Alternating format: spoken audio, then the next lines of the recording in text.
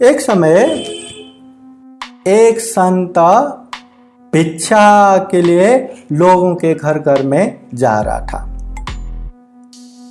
वो संत शांत रूप से एक घर के बाहर खड़े रहते हैं।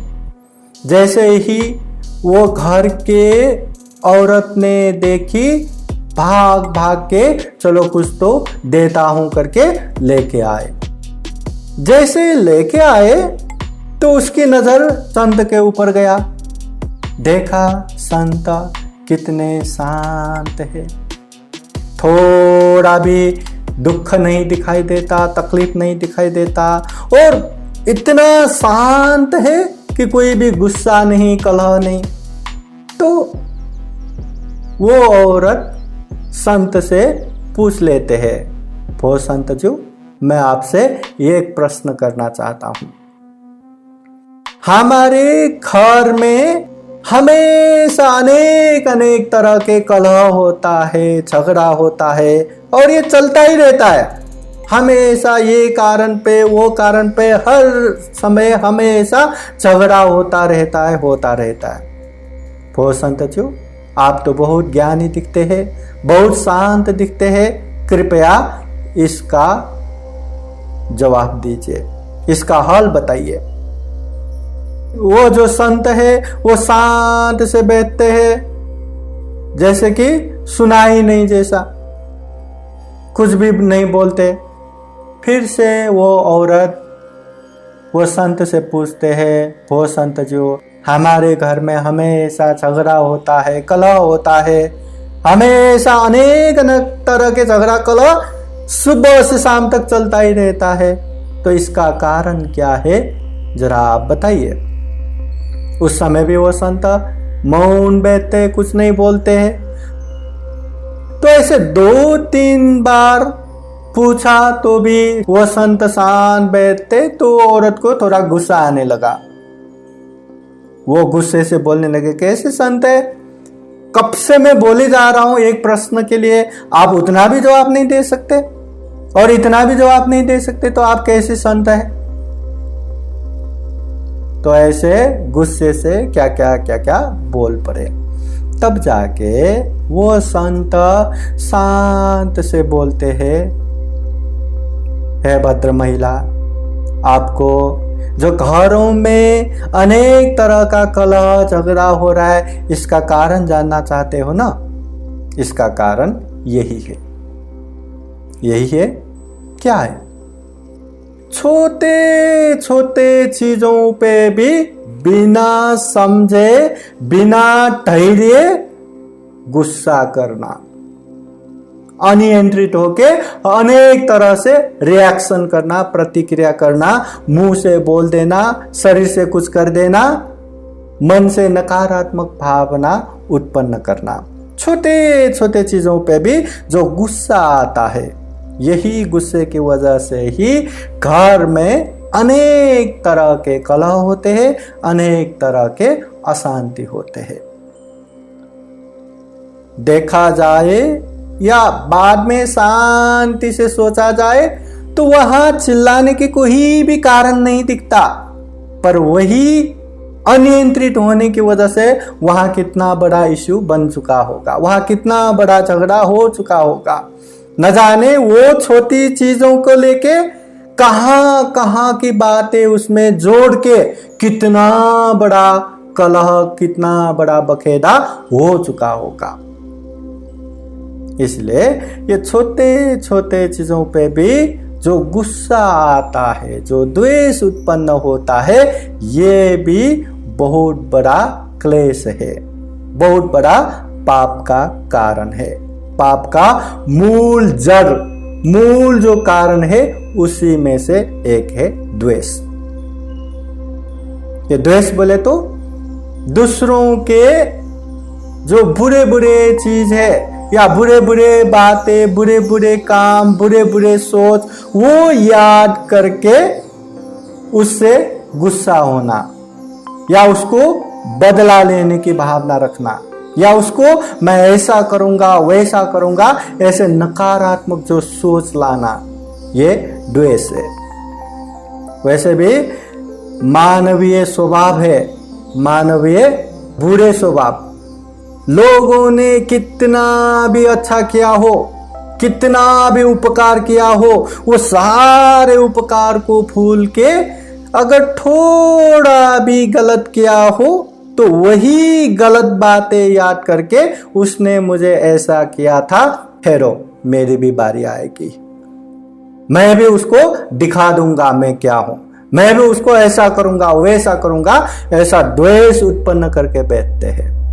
और यही द्वेष अंदर से हमें इतना जलाते हैं, अंदर से इतना अकुशल भावना जगाते हैं, जिसकी वजह से जीवन में कोई भी दुर्भाग्य उत्पन्न हो सकता है, कोई भी कुछ भी हो सकता है। छोटी छोटी बातें भी बहुत बड़े बड़े झगड़ा कलह का कारण बन सकता है। बड़े बड़े आग का कारण एक माचिस का तिल उतने भी काफी होता है। इसलिए ये द्वेष को कम करना चाहिए, ये द्वेष उत्पन्न होने से बचाना चाहिए। अब ये द्वेष कैसे उत्पन्न होता है, क्यों उत्पन्न होता है? तथागत बुद्ध ने ये द्वेष उत्पन्न के 10 कारण बताया है, 10 कारण, और आसान है ये याद करने के लिए। अपने कारण 3, अपने प्रिय या जो मित्र बोलते हैं उसके कारण 3, अपने अप्रिय या शत्रु बोलते हैं उसके कारण 3, 3 3 3 9 हो गया, और एक जो प्रकृति है उसके कारण। अब अपने कारण कैसे द्वेष उत्पन्न होता है? अमुक अमुक लोगों ने या दुनिया ने मुझे पहले भी दुख दिया था, इस वजह से द्वेष उत्पन्न हो गया। दुनिया मुझे अभी भी दुख तकलीफ दे रहा है, इसके कारण भी द्वेष उत्पन्न हो गया। ये दुनिया मुझे बाद में भी दुख तकलीफ देगा, इसके कारण भी द्वेष उत्पन्न हो गया। यह अपने कारण 3। अपने मित्र या अपने प्रिय व्यक्ति की वजह से भी 3 द्वेष उत्पन्न होता है। अपने मित्र को या अपने प्रिय व्यक्ति को ये दुनिया पहले भी दुख तकलीफ दे रहे थे, 1, अभी भी दुख तकलीफ दे रहे हैं, 2, ये बाद में भी दुख तकलीफ देंगे, 3। और जो अप्रिय है, शत्रु के कारण भी 3 तरह से द्वेष उत्पन्न होता है। ये जो मेरा अप्रिय व्यक्ति है या ये जो मेरा शत्रु है, दुनिया इसको पहले भी उपकार कर रहे थे, 1, अभी भी उपकार कर रहे हैं, 2, और बाद में भी उपकार। जो अप्रिय है उसका कोई सहयोग करता है, उपकार करता है, तो द्वेष उत्पन्न होता है। ये 9 हो गया। और ये प्रकृति, कभी बारिश होने से द्वेष उत्पन्न होता है, अरे आज ही बारिश आना था। कभी वो बारिश ना होने से द्वेष उत्पन्न होता है, अरे आज बारिश ही नहीं आया। कभी धूप लगने से, कभी धूप ना लगने से। जो प्रकृति का नियम है, जो प्रकृति का स्वभाव है, उसकी वजह से भी द्वेष उत्पन्न होता है। अगर ये द्वेष उत्पन्न होता है तो द्वेष को नाश करने के लिए मैत्री भावना करना चाहिए। इस दुनिया में जितने भी प्राणी हैं, सारे प्राणियों को सुखी हो, कल्याण हो, मंगल हो, दुख मुक्त हो, भय मुक्त हो, शोक मुक्त हो, ऐसे हमेशा कामना करना, ये मैत्री भावना। चाहे वो अपने मित्र हो, चाहे अपने आदरणीय व्यक्ति हो, माता पिता हो या गुरुजन हो, चाहे शत्रु अप्रिय व्यक्ति हो, चाहे मध्यस्थ व्यक्ति हो, जितने भी है सबका मंगल मैत्री कामना करना। चाहे छोटे प्राणी हो, चाहे बड़े प्राणी हो, चाहे नजदीक के हो, चाहे दूर के हो, चाहे जल में रहने वाले, चाहे आकाश में रहने वाले, चाहे जमीन में रहने वाले, हर प्राणियों का सुखी मंगल कामना करना, ये मैत्री भावना। अगर मैत्री भावना अच्छे से कर पाया तो द्वेष निर्मूल हो जाता है। जैसे कोई शरीर से, वाणी से और मन से कर्म करता है, कोई शरीर से अच्छा करता है और वाणी और मन से अच्छा का मन नहीं करता, तो जो अच्छा करता है उसी को याद करके उसके प्रति मैत्री रखना। चाहे वाणी से अच्छा करता हो दूसरे से न करता हो, चाहे मन से अच्छा करता हो दूसरे से न करता हो, जो अच्छा करता है वही याद करके मैत्री रखना। बुरे चीज याद रखेंगे तो द्वेष उत्पन्न होता है, तो द्वेष को हटाने के लिए ये मैत्री भावना करना चाहिए। साधु साधु साधु। बुद्धं नमामि, बुद्ध को नमन करता हूँ। धम्मं नमामि, धम्म को नमन करता हूँ।